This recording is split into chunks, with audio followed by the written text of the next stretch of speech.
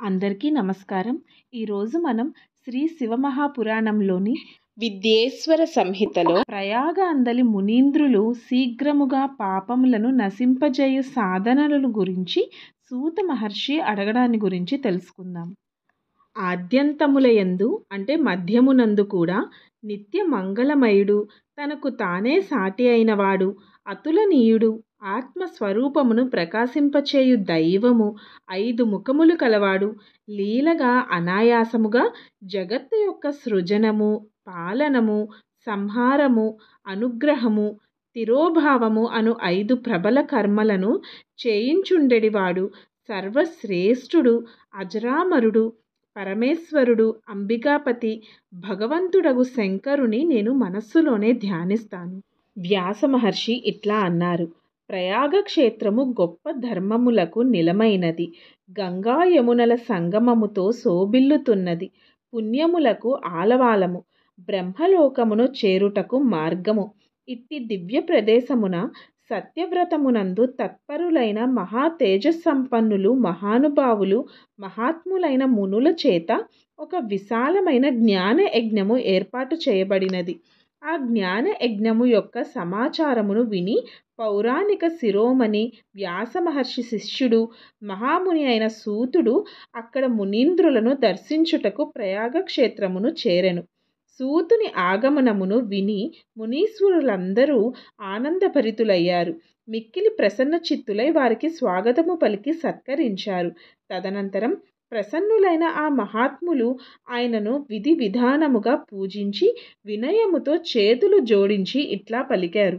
రోమహర్షణ, నీవు సర్వజ్ఞుడవు, గొప్ప విద్వాంసుడవు, మిగుల భాగ్యశాలివి. నీవు నీ ఆనందము కొరకే వ్యాస మహర్షి నుండి పురాణ విద్యను సంపూర్ణముగా పొందితివి. రత్నాకారమైన సముద్రము సారభూతమైన రత్నాగారమైనట్లు నీవు ఆశ్చర్యకరమైన కథల భాండాగారము.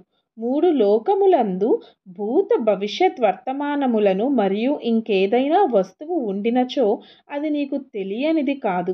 మా భాగ్యవశమున నీవు ఈ యజ్ఞమును తిలకించుటకు ఇక్కడకు వచ్చావు.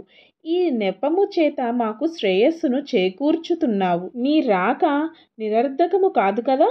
ఇంతకు ముందు కూడా నీతో మేము శుభాశుభ తత్వవర్ణ పూర్తిగా విన్నాము, కానీ దాని వలన తృప్తి కలగలేదు. దానిని వినాలన్న కుతూహలము మాటిమాటికి మాలో పెరుగుతుంది. ధీశాలి అయిన సూత మహర్షి, మీ నుండి మేమిప్పుడు ఒకే విషయమును వినవలయును. గోపనీయమైనప్పటికీ ఆ విషయమును వర్ణించి మమ్మలను అనుగ్రహింపుడు. భయంకరమైన కలియుగమున మానవులు పుణ్యకర్మలకు దూరమవుతారు, దురాచారములలో చిక్కుకుపోవుదురు. సత్యము పలుకుటకు ఎవ్వరూ ఇష్టపడరు. ఇతరులను నిందించుటలో ఆసక్తి కలిగి ఉంటారు. ఇతరుల ధనమును అపహరింప కోరుదురు. వారి మనస్సు పరస్త్రీలయందు ఆసక్తమవుతుంది. ప్రాణులను వారు హింసిస్తారు. తమ శరీరములనే ఆత్మగా భావిస్తారు.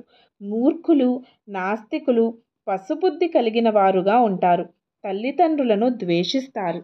బ్రాహ్మణులు లోభమను మొసలికి ఆహారమవుతారు. వేదములను అమ్ముకొని జీవిస్తారు. విద్యాభ్యాసము ధనార్జన కొరకే అని విశ్వసిస్తారు. మదముచే మోహితులగుచుందురు. తమ తమ కులధర్మములను విడనాడుదురు. ఇతరులను మోసగిస్తారు. కాలోచిత సంధ్యోపాసనలకు దూరమవుతారు. బ్రహ్మజ్ఞాన శూన్యులగుదురు. క్షత్రియులందరూ వారి వారి ధర్మములను పరిత్యజిస్తారు. చెడు సాంగత్యము కలిగి పాపులై వ్యభిచారులవుతారు. వారిలో శౌర్యము లోపిస్తుంది. కుత్సితమైన చోర కర్మలతో జీవితమును గడుపుతూ శూద్రుల వలె వ్యవహరిస్తారు. కామమునకు బానిసలుగా వారి చిత్తములు రూపొందును. వైశ్యులు సంస్కార విహీనులవుతారు. తమ తమ ధర్మములను విడిచిపెడతారు. చెడు మార్గములను అవలంబించెదరు. ధనోపార్జన పరాయణులై కొలతలందు తూకములయందు కుత్సిత ప్రవృత్తిని ప్రదర్శిస్తారు. శూద్రులు బ్రాహ్మణుల ఆచారములయందు ఆసక్తి కలిగి ఉంటారు. వారి ఆకృతులు కూడా ఉజ్వలమై ఉంటుంది. తమ కర్మధర్మములను వదిలిపెట్టి ప్రకాశించడి వేషభూషణములతో అలంకరించుకొని వ్యర్థముగా తిరుగుతూ ఉంటారు. వారు స్వాభావికముగానే తమ ధర్మమును పరిత్యజిస్తారు. వారి ఆలోచనలు ధర్మమునకు ప్రతికూలముగా ఉంటుంది. కుటిలతను కలిగి బ్రాహ్మణులను నిందిస్తారు. ధనవంతులైనచో చెడు కార్యములందు లగ్నమై ఉంటారు. విద్వాంసులైనచో వాద వివాదములు చేస్తూ ఉంటారు. తమకు తాము ఉన్నత కులము వారమని తలంచెదరు. 4 వర్ణముల వారితో వైవాహిక సంబంధములను ఏర్పరచుకుంటారు. తమ సంపర్కము చేత సకల వర్ణములను భ్రష్టు పట్టిస్తారు. వారు తమ అధికార హద్దులను దాటి బ్రాహ్మణోచిత సత్కర్మలను అనుష్ఠానమొనరిస్తారు. కలియుగము అందలి స్త్రీలు సదాచార భ్రష్టులవుతారు. భర్తలను అవమానిస్తారు. అత్తమామలకు ద్రోహము తలపెట్టి ఎదిరిస్తారు. వారెవ్వరికినీ భయపడరు. కలుషితమైన ఆహారమును భుజిస్తారు. అసహ్యకరమైన పాపభావముల యందు ఆసక్తులగుదురు. వారి శీల స్వభావములు చెడుగా ఉంటాయి.